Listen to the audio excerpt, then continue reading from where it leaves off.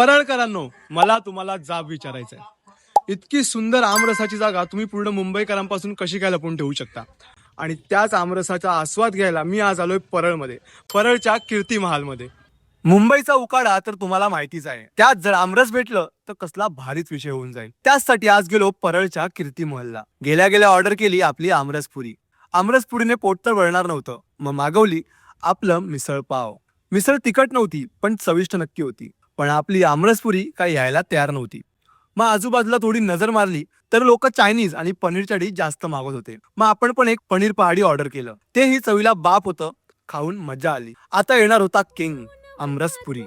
आणि फायनली आपल्या समोर होती आमरसपुरी. पहिला घास आणि तृप्ती, संतुष्टी, अजून जे काही बोलत असतील ते मनाला झालं. पोट भरलं होतं पण मन काय भरायला तयार नव्हतं. एका आमरसावर भागेल तो महाराष्ट्रीयन कुठला. मग काय अजून एक आमरस मागवलं आणि नंतर परमानंद अमृत. मुंबईकर तुम्ही जर येताय तर परळ म्हणा किंवा प्रभादेवी, 500 मीटर वॉकिंगवरच तुम्हाला लागेल कीर्ती महल. आतून दिसायलाही खूप सुंदर आणि शांत वातावरण आहे.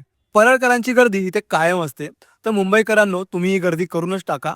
फक्त एक लक्षात ठेवा, कीर्ती महल प्युअर व्हेज आहे. जर व्हिडिओ आवडला असेल तर जाता जाता मला फॉलो मारून टाका.